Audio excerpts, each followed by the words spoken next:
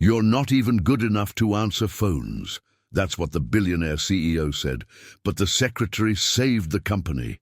You're about to witness an incredible story of determination, intelligence, and how sometimes the most underestimated person can become the hero.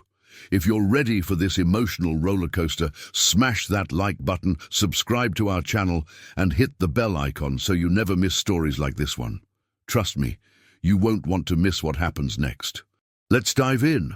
The rain hammered against the floor-to-ceiling windows of Sterling Industries' 47th floor, creating rivulets that distorted the Manhattan skyline below.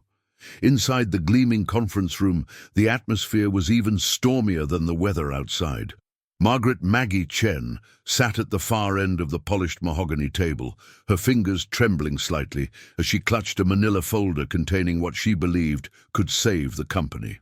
At 28, she had worked as a secretary at Sterling Industries for 3 years, watching from the sidelines as the tech giant that once revolutionized cloud computing slowly hemorrhaged money and market share. "The quarterly reports are catastrophic," announced CFO Robert Hayes, his voice cutting through the tension like a blade. "We're down 47% from last year. If we don't find a solution in the next 2 weeks, we'll have to consider massive layoffs." Around the table sat the company's top executives, their faces grave under the harsh fluorescent lighting. At the head of the table, CEO Jonathan Sterling III drummed his manicured fingers impatiently against the wood. The 45-year-old billionaire had inherited the company from his father, but lacked the innovative vision that had built the empire. His perfectly styled silver hair and expensive Italian suit couldn't hide the desperation in his steel-grey eyes. "What about the Henderson project?" asked Marketing Director Sarah Walsh, referring to a potential partnership that had been in negotiations for months. "Dead in the water," Sterling replied curtly. "They pulled out yesterday. Said they don't trust our ability to deliver on time." His gaze swept across the room, landing on each executive with barely concealed contempt. 3 years I've been trying to turn this company around, and all I get from you people are excuses." Maggie shifted uncomfortably in her chair. She wasn't supposed to be in this meeting. Her role was simply to take notes and fetch coffee. But today felt different. Today she had something that could change everything. "Sir," she said softly, raising her hand tentatively. The room fell silent. Several executives turned to look at her with surprise and mild irritation. Sterling's expression darkened. "Did I ask for input from the help?" he snapped, his voice dripping with disdain. "You're here to take notes, not to speak." Maggie's cheeks flushed red, but she persisted. "I know, sir, but I've been analyzing our competitor data, and I think I've found—" "You've been analyzing?" Sterling let out a harsh laugh that made several executives shift uncomfortably. "You're a secretary. Your job is to answer phones and file papers. What could you possibly know about corporate strategy?" The folder in Maggie's hands felt heavy as lead. Inside were weeks of research, late nights spent poring over market trends, competitor analysis, and a revolutionary idea that could not only save Sterling Industries but propel it to new heights. But now, faced with Sterling's withering contempt, her confidence began to crumble. "I just thought," she began. "You thought?" Sterling stood up, his imposing 6-foot frame casting a shadow across the table. "Let me make something clear to you, Miss Chen. You're not paid to think. You're barely qualified for the job you have. Hell, most days, I wonder if you're even good enough to answer phones properly." The words hit Maggie like physical blows. Around the table, she could see some executives looking uncomfortable, while others nodded in agreement. The silence stretched on, broken only by the steady patter of rain against the windows. "You want to help this company?" Sterling continued, his voice growing louder. "Then do your job and let the people who actually understand business handle the important decisions." Maggie's hands shook as she closed the folder. 3 years of loyal service, countless overtime hours, and genuine care for the company's future, all dismissed with cruel efficiency. She felt tears threatening to spill, but forced herself to maintain composure. "Yes, sir," she whispered, her voice barely audible. Sterling turned back to the executives. "Now, where were we before this interruption?" As the meeting continued, Maggie sat in stunned silence, mechanically taking notes while her mind reeled. She thought about her grandmother's words. "Maggie, sometimes the world will try to make you small, but you must remember, your worth isn't determined by how others see you, but by what you know you can do." When the meeting finally ended with no solutions and mounting desperation, the executives filed out one by one. Maggie remained seated, staring at the folder that contained what she still believed could save them all. "Miss Chen," came a gentle voice. She looked up to see David Rodriguez, the head of IT, standing nearby. The 42-year-old had always been kind to her, treating her as more than just office furniture. "I'm sorry about what happened in there," he said quietly. "Sterling's under a lot of pressure, but that doesn't excuse his behavior." Maggie managed a weak smile. "It's fine, Mr. Rodriguez. He's right. I'm just a secretary." David frowned. "You're not just anything, Maggie. I've seen the reports you compile, the way you organize data. You have a sharp mind. Don't let anyone tell you otherwise." After David left, Maggie remained alone in the conference room, watching the rain streak down the windows. The city below bustled with life, millions of people pursuing their dreams while she sat here, feeling smaller than ever. But as she looked at the folder again, something stirred inside her. Her grandmother's voice echoed in her mind, along with David's encouraging words. She thought about her night classes in business administration, the certifications she'd earned online, the countless hours she'd spent studying the very industry that Sterling claimed she couldn't understand. Maybe she was just a secretary in their eyes, but she knew something they didn't. And whether they wanted to hear it or not, she was going to find a way to prove them wrong. Outside, the storm raged on, but inside Maggie Chen, a different kind of storm was beginning to brew, one that would soon shake Sterling Industries to its very foundation. The rain had stopped by the time Maggie left the office that evening, but the humiliation still burned fresh in her memory. If you're enjoying this story of resilience and determination, don't forget to show your support by hitting that like button and subscribing to our channel for more incredible stories like this one. And make sure to ring that notification bell. Trust me, you won't want to miss what Maggie does next. The next morning arrived grey and overcast, matching Maggie's mood as she sat at her desk outside Sterling's office. The familiar sounds of the workplace, ringing phones, clicking keyboards, hushed conversations, felt different somehow, as if she were hearing them through a fog of disillusionment. At 9:15 a.m. sharp, Sterling emerged from his private elevator, his face already set in its customary scowl. He strode past her desk without acknowledgement, as he had every morning for 3 years. But today, Maggie found herself studying him differently, seeing not the intimidating CEO, but a man drowning in his own inadequacy. "Coffee!" he barked from his office doorway. "The usual. And get Henderson's assistant on the line. I want to know what it'll take to get them back to the table." Maggie nodded and reached for the phone, but hesitated. She'd already tried Henderson's office twice yesterday after the meeting. Their assistant had been polite but firm. The partnership was over. Henderson Industries had found a more reliable partner in Tech Vanguard, Sterling's biggest competitor. As she dialed the number, knowing it would lead nowhere, Maggie's eyes fell on her desk drawer. Inside, carefully organized in a folder marked Project Phoenix, lay 6 months of meticulous research. It had started as simple curiosity during her lunch breaks. Why were companies choosing Tech Vanguard over Sterling Industries? But it had evolved into something much more comprehensive. She'd discovered a gap in the market that none of the major players had noticed. Small to medium-sized businesses were being underserved by the current cloud computing solutions. They needed something more affordable than enterprise packages, but more robust than basic consumer offerings. Maggie had identified exactly how Sterling Industries could fill that gap, complete with implementation timelines, projected revenues, and market penetration strategies. Henderson's assistant says they're in meetings all day, she reported to Sterling, who slammed his coffee mug down hard enough to make her jump. Useless, he muttered. Absolutely useless. Get me the board members on a conference call for 2 o'clock. We need to discuss damage control. As Sterling retreated into his office, Maggie found herself thinking about her conversation with her best friend, Jessica, the night before. They'd met at their usual coffee shop near Maggie's apartment in Queens, a cozy place that felt like a world away from the sterile corporate environment of Manhattan. "You should quit," Jessica had said bluntly, stirring her latte with more force than necessary.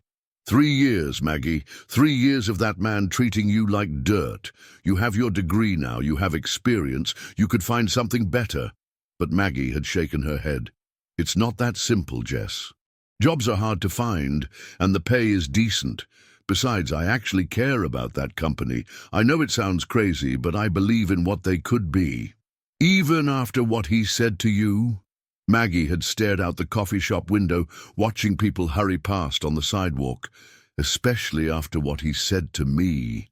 Now, sitting at her desk while Sterling shouted into his phone about quarterly projections, Maggie made a decision that would change everything. She opened her desk drawer and pulled out the Project Phoenix folder.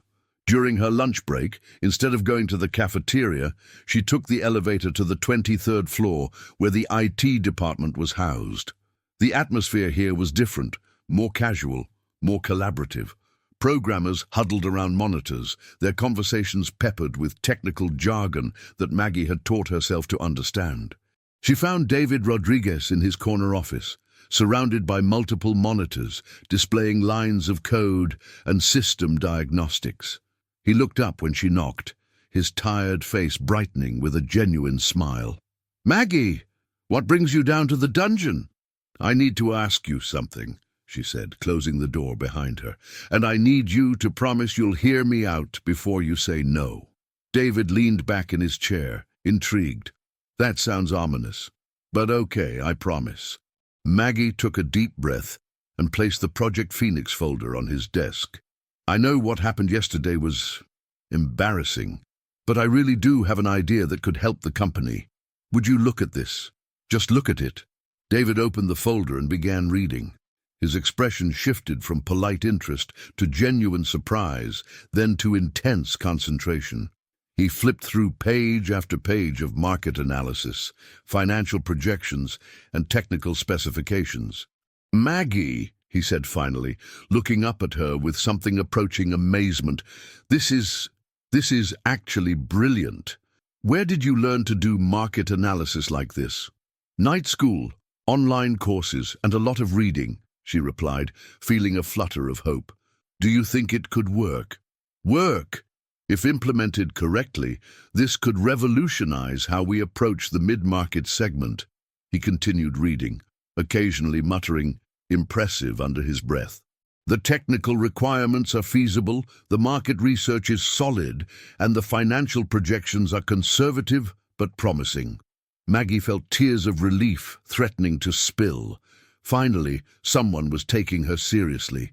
"But there's one problem," David continued, and her heart sank. "Getting this in front of the right people. After yesterday, Sterling won't listen to anything that comes from you." "I know," Maggie said quietly. "I was hoping, maybe if it came from you?" David was already shaking his head. "Sterling doesn't listen to me either. I'm just the IT guy who keeps the servers running." "But," he paused, studying her carefully, "there might be another way." He explained that the board meeting Sterling had called for that afternoon would include external advisors, people who might be more receptive to innovative ideas, regardless of their source. The challenge would be getting the information to them without Sterling blocking it. "It's risky," David warned. "If this backfires, both of our jobs could be on the line." Maggie thought about her grandmother, who had immigrated to America with nothing but determination, and a belief that hard work could overcome any obstacle. She thought about all the nights she'd spent studying, all the dreams she'd deferred, all the small humiliations she'd endured while building towards something better. "I'm willing to take that risk," she said firmly. David smiled and extended his hand. "Then let's save this company." As they began planning their strategy, neither of them noticed the figure standing just outside David's office, having overheard enough of their conversation to realize that the secretary they'd all dismissed might be more dangerous than anyone had imagined. The afternoon sun cast long shadows across the conference room as the board members and external advisors took their seats around the familiar mahogany table. Maggie sat in her usual corner, notepad ready, heart pounding with nervous anticipation. The Project Phoenix folder was safely tucked away in David's briefcase, waiting for the right moment. Sterling commanded the room's attention as he launched into a grim recitation of the company's troubles. Share prices were plummeting, major clients were defecting, and employee morale was at an all-time low. The board members, mostly older men in expensive suits, listened with increasingly grave expressions. "The situation is dire," Sterling concluded. "Without immediate action, we're looking at potential bankruptcy within 18 months. Board Chairman William Ashford, a distinguished man in his 70s, leaned forward. "What solutions are you proposing, Jonathan?" Sterling's jaw tightened. "Cost-cutting measures. We'll need to eliminate approximately 30% of our workforce, starting with non-essential personnel." His gaze swept briefly over Maggie before returning to the board. "We'll also need to scale back our R&D initiatives and focus solely on maintaining our existing client base." Murmurs of concern rippled around the table. External advisor Dr. Elena Vasquez, a renowned business strategist, spoke up. "That's a defensive strategy, Jonathan. In this market, companies that only play defense tend to die slowly rather than quickly. Do you have a better suggestion?" Sterling's tone carried a sharp edge. This was the moment David had been waiting for. He cleared his throat and stood up. "Actually, I might have something that could help." Sterling's eyes narrowed. "This isn't the time for technical reports, Rodriguez." "It's not a technical report," David replied calmly. "It's a comprehensive market analysis and strategic proposal that one of our team members has developed." The room fell silent. Several board members looked intrigued, while Sterling's face darkened with suspicion. "Which team member?" Ashford asked. David glanced at Maggie, who gave him an almost imperceptible nod. "Margaret Chen, from the Executive Administration team." The silence stretched longer this time. Sterling's voice, when it came, was dangerously quiet. "You mean my secretary?" "I mean a valued team member who has identified a significant market opportunity," David replied, maintaining his professional tone despite the tension crackling through the room. Dr. Vasquez leaned forward with interest. "What kind of opportunity?" David opened his briefcase and began distributing copies of the Project Phoenix proposal. "A comprehensive strategy for capturing the underserved mid-market segment in cloud computing solutions." As board members began flipping through the pages, Sterling's face grew increasingly red. "This is ridiculous," he sputtered. "We're facing a corporate crisis, and you want to waste time on fantasies dreamed up by someone whose only qualification is answering phones." But the room's attention had shifted away from Sterling. Ashford was reading intently, his eyebrows rising with apparent interest. Dr. Vasquez was nodding as she reviewed the financial projections. Even the traditionally conservative board members seemed engaged. "These market penetration estimates," said board member Patricia Wong, looking up from the document, "they seem quite aggressive. What's the basis for these projections?" Maggie felt every eye in the room turn toward her. Her mouth went dry, and for a moment the familiar voice of self-doubt whispered that she should remain silent, that she wasn't qualified to speak in this room full of powerful people. But then she remembered her grandmother's words, David's encouragement, and the countless hours she'd poured into this research. She stood up slowly, her legs feeling unsteady. The projections are based on a comprehensive analysis of competitor pricing models, current market gaps, and survey data from over 200 small to medium-sized businesses, she said, her voice growing stronger with each word. The mid-market segment represents approximately 43% of potential cloud computing customers, but current solutions are either too expensive or too limited for their needs. Sterling slammed his hand on the table. "This is absurd. I will not sit here and listen to—" "You will sit down and let her finish," Ashford interrupted sharply. The authority in his voice made Sterling freeze halfway out of his chair. "Continue, Miss Chen." Maggie's confidence grew as she explained her research methodology, the competitive landscape analysis, and the implementation strategy she'd developed. She walked the board through projected timelines, resource requirements, and potential return on investment. "The beauty of this approach," she continued, "is that we can leverage our existing infrastructure while creating a new revenue stream that directly addresses our current market position challenges. Instead of competing head-to-head with Tech Vanguard in the enterprise space, we establish dominance in a segment they've overlooked." Dr. Vasquez was nodding enthusiastically. This is exactly the kind of innovative thinking that separates market leaders from followers. "Miss Chen, what's your background in business strategy?" "I have a bachelor's degree in business administration, and I'm currently pursuing my MBA through evening classes at NYU, Maggie replied. "I've also completed certifications in data analysis and market research." The room buzzed with quiet conversations as board members discussed the proposal among themselves. Maggie could see Sterling fuming silently, but she also noticed something else, respect in the eyes of people who had never really seen her before. Ashford finally called for quiet. "This is impressive work, Miss Chen. However, developing a strategy is one thing. Implementation is another matter entirely. What makes you think you could manage a project of this scope?" Before Maggie could answer, Sterling found his voice again. She couldn't manage a filing system properly, let alone a major corporate initiative. This woman is not even good enough to answer phones correctly, and you're seriously considering letting her— "Mr. Sterling," Dr. Vasquez interrupted, her voice icy with disapproval. "I've reviewed Miss Chen's work, and it demonstrates sophisticated analytical thinking and strategic planning capabilities. Your personal opinions about her phone answering skills are irrelevant and unprofessional." The rebuke hit Sterling like a slap. Several board members were looking at him with obvious disapproval, and Maggie realized that his treatment of her hadn't gone unnoticed. Ashford cleared his throat. "Miss Chen, I'm going to ask you a direct question, and I want a direct answer. If we gave you the resources and authority to implement this strategy, could you deliver results?" Maggie looked around the room, at David's encouraging smile, at the interested faces of the board members, at Sterling's furious glare. She thought about every time she'd been dismissed, overlooked, or underestimated. She thought about her dreams and her grandmother's sacrifices. "Yes, sir," she said firmly. "I can deliver results." The vote that followed was closer than Maggie had hoped, but decisive enough to matter.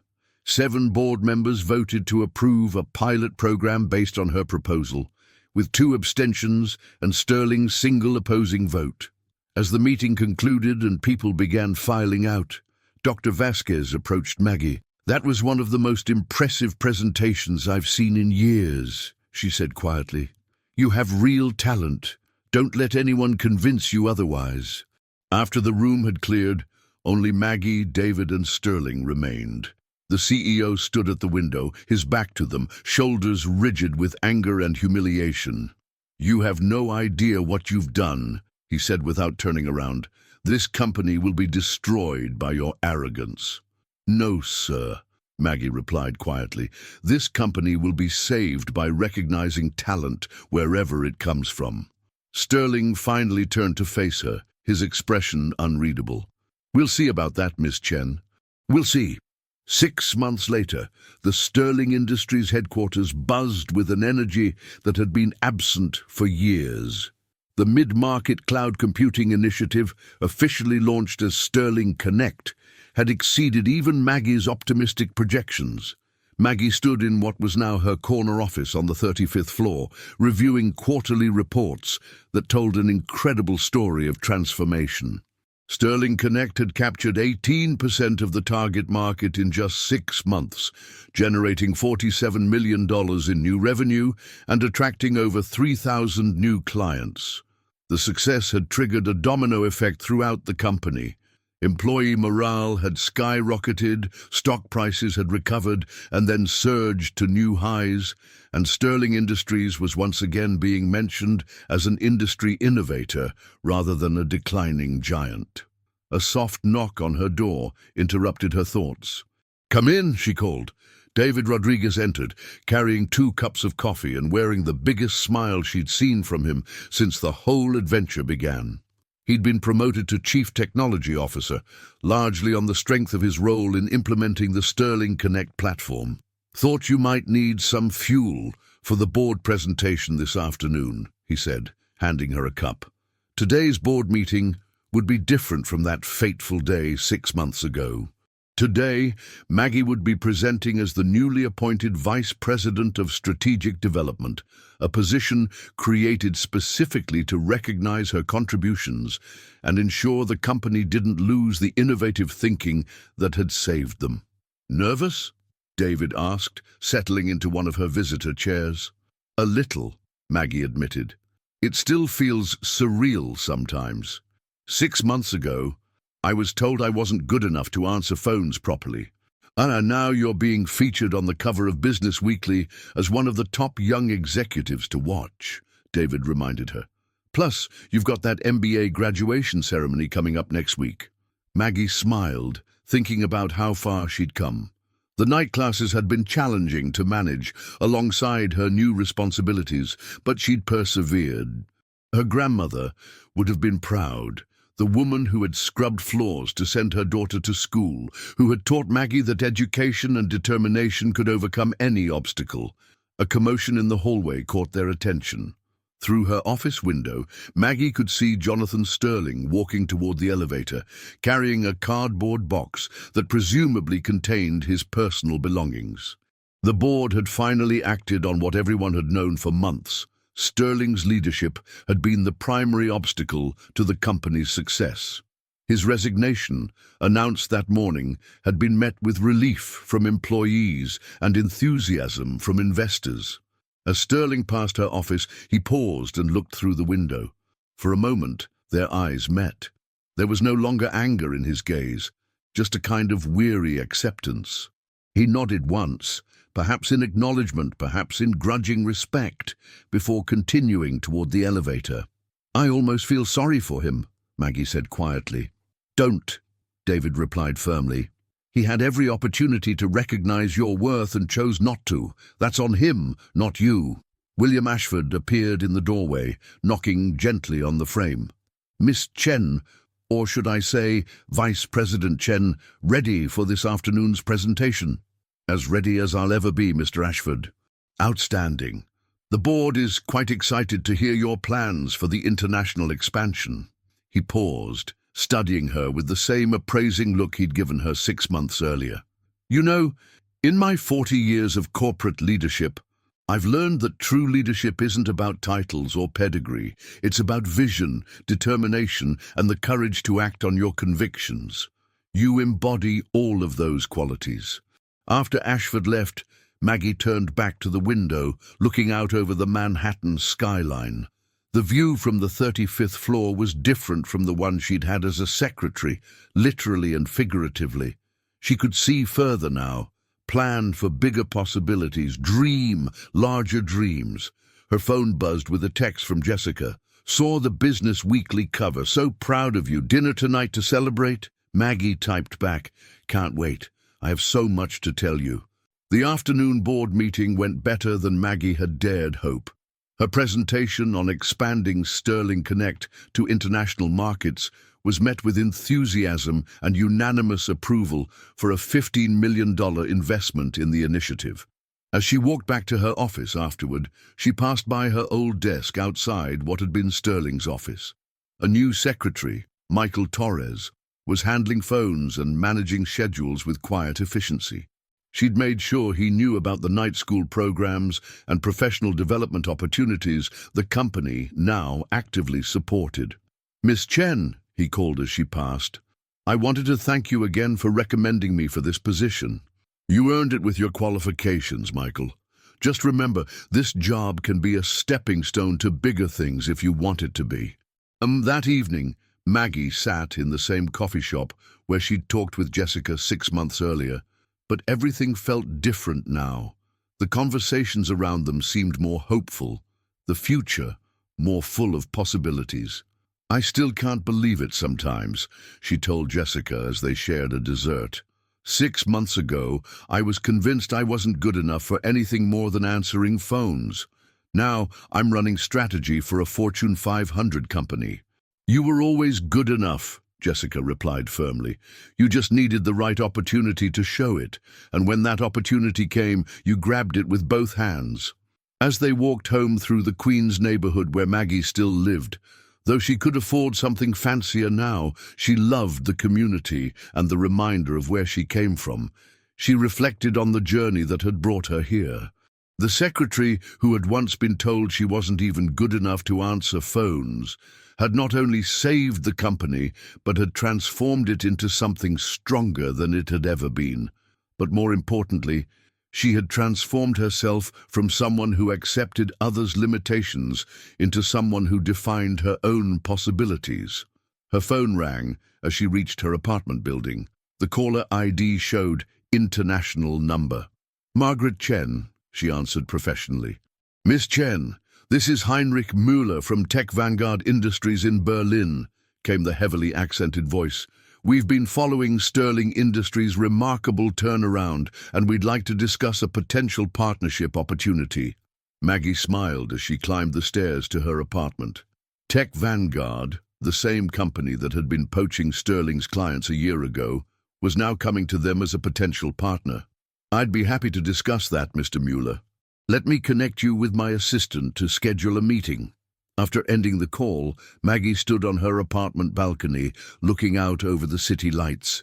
Tomorrow would bring new challenges, new opportunities, new chances to prove that worth isn't determined by how others see you, but by what you know you can do. The woman who had once been dismissed as not even good enough to answer phones was now fielding calls from some of the biggest names in the industry. But more than that, she was creating opportunities for others to rise, to be seen, to be valued for their contributions rather than their titles. In the end, she hadn't just saved Sterling Industries.